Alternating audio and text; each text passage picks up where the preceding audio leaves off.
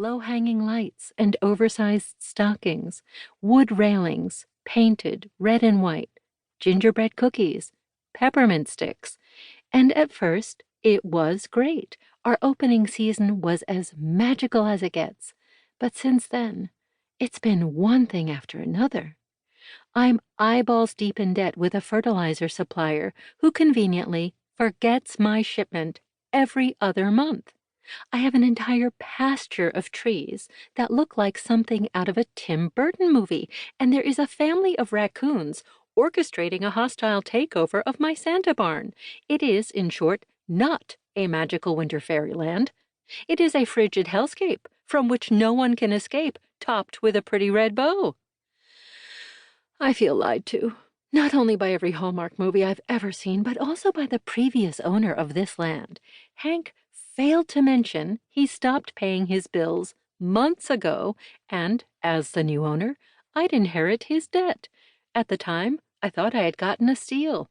The land was at a good price, and I had exciting ideas for expansion and marketing.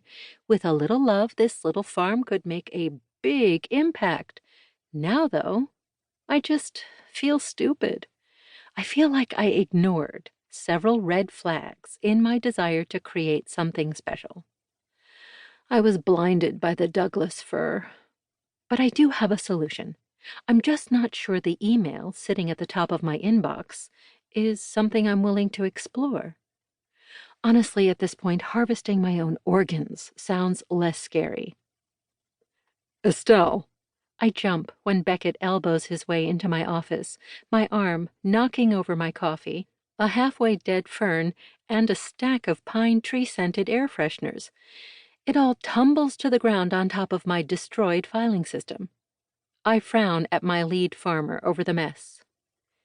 Beckett, I sigh, and the headache pressing behind my eyes spreads, curls at the base of my skull.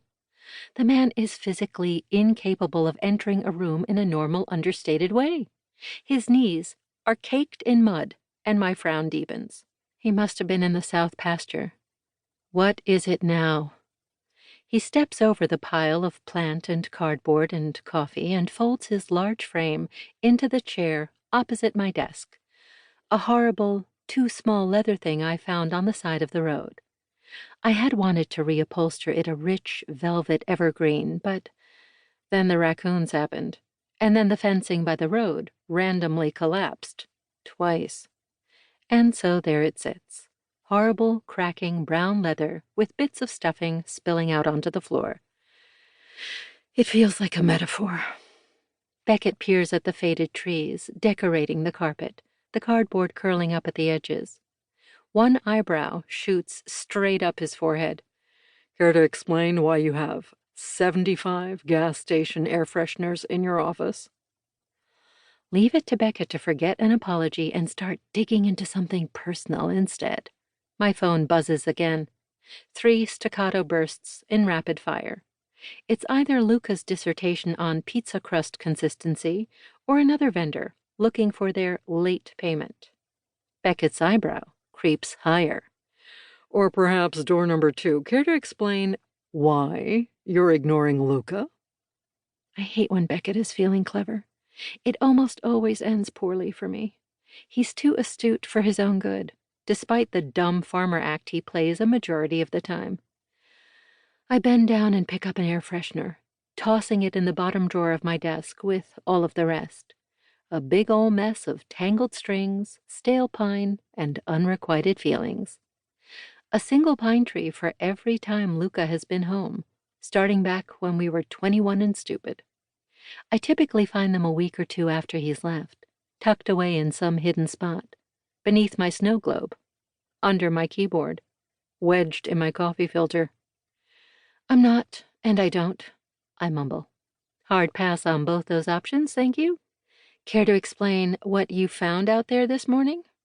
Beckett slips off his hat and runs his fingers through his dark blonde hair, working a smudge or 2 of dirt in there. His skin is tanned by the sun and from spending his days in the fields.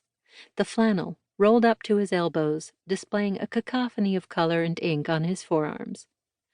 All the women in town are crazy about him.